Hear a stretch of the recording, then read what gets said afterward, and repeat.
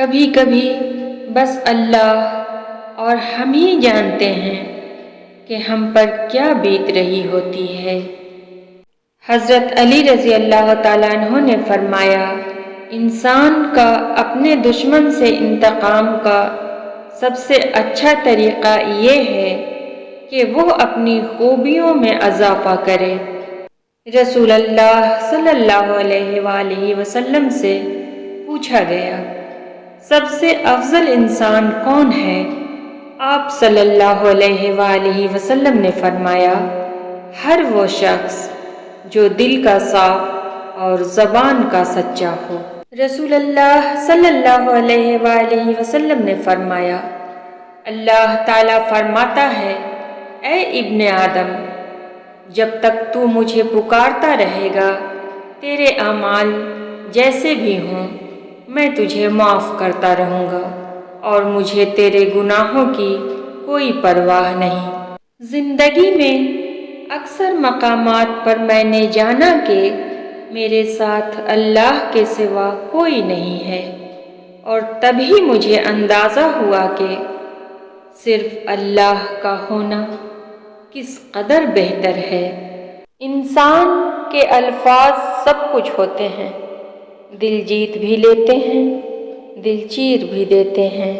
حضرت علی رضی اللہ تعالیٰ عنہ نے فرمایا، اور کبھی غم نہ کرنا کہ دنیا آپ کے ساتھ نہیں، بلکہ خوش ہونا کہ دنیا کا مالک آپ کے ساتھ ہے۔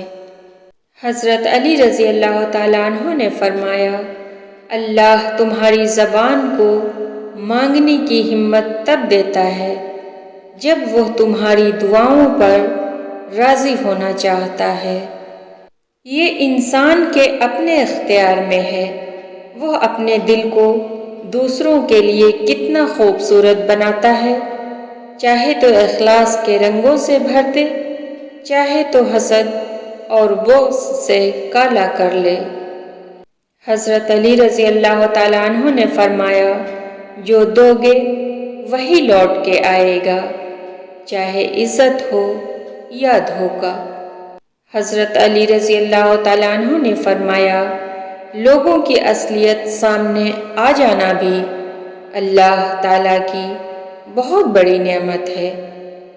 حضرت علی رضی اللہ تعالیٰ عنہ نے فرمایا، تنہا چلنا شروع کرو تو ہر راستے میں اللہ تھام لیتا ہے، اور بے شک اللہ کا ساتھ سب سے بہترین ساتھ ہے۔